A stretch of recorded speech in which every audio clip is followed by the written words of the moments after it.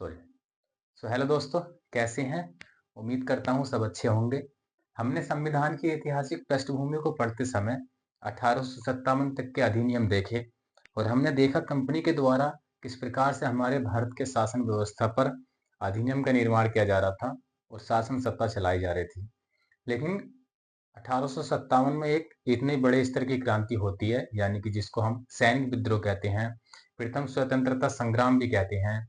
ये एक चर्बी वाले कारतूस से प्रारंभ होती है और कहीं न कहीं एक व्यापक स्तर पर ये क्रांति का उद्भव हो जाता है। और इस क्रांति का परिणाम स्वरूप जब ब्रिटिश सरकार को ये लगने लगता है कि जब हमारे यहाँ पर जो शासन चल रहा है वो कमजोर होता जा रहा है, इसलिए अब जो शासन सत्ता थी वो सीधे ब्रिटिश क्राउन के हाथ में आ गई थी। अब जो सारे अधिनियम, नियम और कानून का निर्माण हो रहा था वो सीधे ब्रिटिश क्राउन के द्वारा किया जा रहा था। महारानी विक्टोरिया के द्वारा उसके शासन को महाराज सॉरी महारानी विक्टोरिया के द्वारा सम्राट के अधीन इसके शासन को कर दिया गया था। अब जो शासन चल रहा था वो सम्राट के अधीन चल रहा था और सम्राट के द्वारा ही इस पर अधिनियम और कानून का निर्माण किया जा रहा था। और जो हमारी ब्रिटिश ईस्ट इंडिया कंपनी थी उसको समाप्त कर दिया गया। व्यापारिक कंपनी थी, धीरे धीरे उसमें जब खामियां दिखने लगी तो उसको समाप्त कर दिया गया। एक नई व्यवस्था हमारी प्रारंभ होती है 1858 से। तो चलिए हम इसी को समझते हैं आज। 1858 में एक अधिनियम पारित किया जाता है। हम पहले जान लेते हैं 1857 से 1947 तक ताज के शासन में हम बात करने वाले हैं। इसमें सबसे पहला अधिनियम है हमारा 1858 का भारत सरकार अधिनियम। तो अभी इससे पहले जो चल रहे थे, हम चार्टर अधिनियम और पिट्स इंडिया एक्ट वगैरह के बारे में बात कर रहे थे, लेकिन अब जो प्रारंभ होता है, अब भारत सरकार अधिनियम के नाम से पारित होते हैं, अधिनियम निर्माण होना। और इसमें प्रमुख बातें देखते हैं क्या क्या है 1858 के भारत सरकार अधिनियम में। ये भी हमारे संविधान के हमारे संविधान के इतिहास को जानने में महत्वपूर्ण भूमिका निभाता है। हमारे संविधान में इसका महत्वपूर्ण योगदान भी रहा है। तो ईस्ट इंडिया कंपनी का समापन कर दिया गया इसके द्वारा। जो ईस्ट इंडिया कंपनी थी उसको समाप्त कर दिया गया। महारानी विक्टोरिया के द्वारा हाथ में ये शासन सम्राट के हाथ में शासन इसका सौंप दिया गया। वायसराय, अब जो गवर्नर जनरल था पहले, उसको अब वायसराय कहने सॉरी जो पहले गवर्नर जनरल था उसको वायसराय कहने जाने लगा। यानी कि अब जो वो क्या कहते हैं, वो सम्राट का प्रतिनिधित्व था, यानी कि वो सम्राट के द्वारा सम्राट के कार्य को करने के लिए अधिकृत था। जो गवर्नर जनरल था उसको बदल दिया गया, उसके पद के नाम पर अब वायसराय कहा जाने लगा। लॉर्ड कैनिंग जो प्रथम वायसराय नियुक्त किए गए थे। अब जो था, अब एक राज्य का सचिव नियुक्त किया गया, यानी कि जिसको हम वायसराय के नाम से जानते हैं। ये एक राज्य का सचिव नियुक्त किया गया और इस सचिव के द्वारा ही नई नई व्यवस्था का जन्म होता है।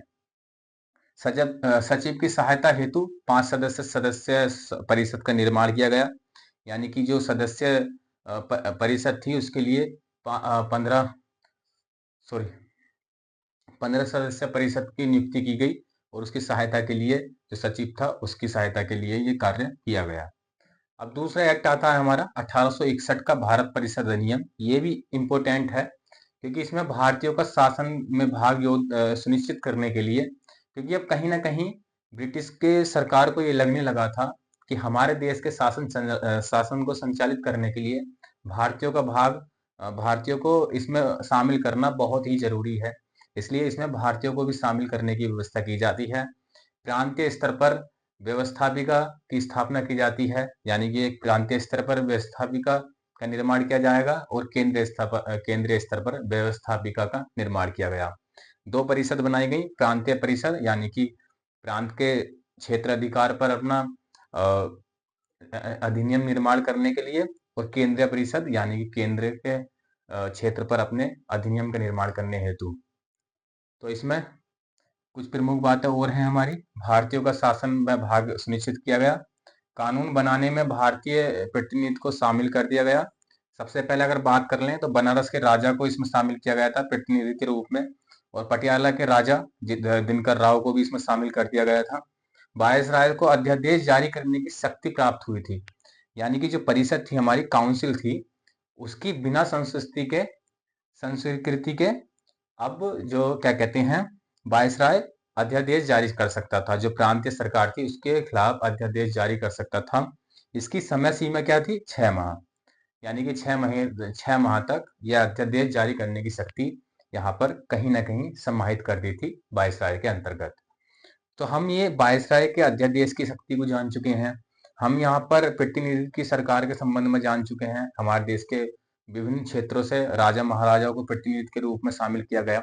हमने सचिव के पद को देखा यहाँ पर, हमने वायसराय की चीजों को देखा और हमने ईस्ट इंडिया कंपनी के समापन को देखा। तो कहीं न कहीं आप देखेंगे अध्यादेश की भी चीजें जो हमारे भारतीय संविधान में दिखाई देती हैं, कहीं न कहीं यहाँ से कोरिलेट कर ही सकते हैं आप। और दूसरी बात, जो प्रतिनिधित्व की बात की जाती है, वैसे चुनाव के संबंध में जो शब्द है वो यहाँ पर नहीं दिखाई देता है, लेकिन प्रतिनिधित्व की बात की जा रही है तो पटियाला दिनकर राव को यहाँ पर शामिल किया गया था। प्रतिनिधित्व की कहीं न कहीं कॉन्सेप्ट यहाँ से दिख रहा है और हमारे संविधान में जो चीजें देखने को मिलती हैं वो कहीं न कहीं यहीं से जुड़ाव रखती हैं। तो चलिए अब 1892 का एक भारत परिषद अधिनियम समझ लेते हैं। अब क्या हो रहा था, केंद्रीय प्रांतीय विधान परिषद में गैर सरकारी सदस्यों की संख्या बढ़ाई गई, लेकिन बहुमत सरकारी सदस्यों के ही होता था। देखिए, हमारे देश में जो केंद्रीय और प्रांतीय विधान परिषद थी, उनमें सदस्यों की संख्या बढ़ाई जाने लगी, लेकिन बढ़ाई जाने के साथ साथ गैर सरकारी सदस्य कौन होते थे? जो कि मनोनीत किए जाते थे। जैसे कि प्रांतीय क्षेत्र से मनोनीत किए गए पटियाला दिनकर राव, ऐसे ऐसे सदस्य मनोनीत किए जाते थे। लेकिन यहाँ पर स्पष्ट कर दिया गया कि जो गैर सरकारी सदस्य थे उनकी इतनी वैल्यू नहीं थी जितनी कि सरकारी सदस्य थे। जो ब्रिटिश के सदस्य थे उनकी जितनी वैल्यू होती थी, यानी कि उनके द्वारा जो निर्णय लिए जाते थे, जो गैर सरकारी सदस्य थे वो इस पर किसी भी तरीके का विरोध नहीं कर सकते थे। यानी कि उनके भागीदारी को उस तरीके से प्रेजेंट नहीं किया गया जैसे कि आज हम पार्लियामेंट के अंतर्गत देखते हैं। तो देखिए, हमने इन चीजों को पढ़ा। अब हम धीरे धीरे जो चीजें समझेंगे वो इस प्रकार से समझने वाले हैं ताकि हम जो आगे जो चीजें पढ़ेंगे 1892 तक हमने पढ़ ली। हम 1909 का एक्ट पढ़ेंगे, 1900 से 19 का एक्ट पढ़ने वाले हैं। आगे वो चीजों को पढ़ेंगे। हम धीरे धीरे ये लेकर चलेंगे इन चीजों को। ये मैंने ये मैप बनाया है इंडिया का। इंडिया के मैप में हम कुछ चीजें देखने वाले हैं कि यहाँ पर आबादी के घनत्व को देखने वाले हैं। देखिए, धीरे धीरे इन चीजों को समझना बहुत जरूरी है कि हमारे देश की आबादी उस टाइम पे कहाँ कहाँ कितना घनत्व था जनसंख्या का। तो ये बिंदु से आप समझ सकते हैं, जहां पर ज्यादा डार्क बिंदु हैं वहां पर जनसंख्या आज भी अत्यधिक है और पहले भी अत्यधिक थी। यहाँ के क्षेत्र पर पहले भी जनसंख्या ज्यादा थी और अब भी जनसंख्या ज्यादा ही है। तो इस जनसंख्या को देखने के हिसाब से जो शासन सत्ता थी ब्रिटिश की, कहीं ना कहीं इसी देश के शासन सत्ता चलाई जा रही थी और कहीं ना कहीं इसी जनसंख्या पर इनका एक अधिकार प्राप्त था।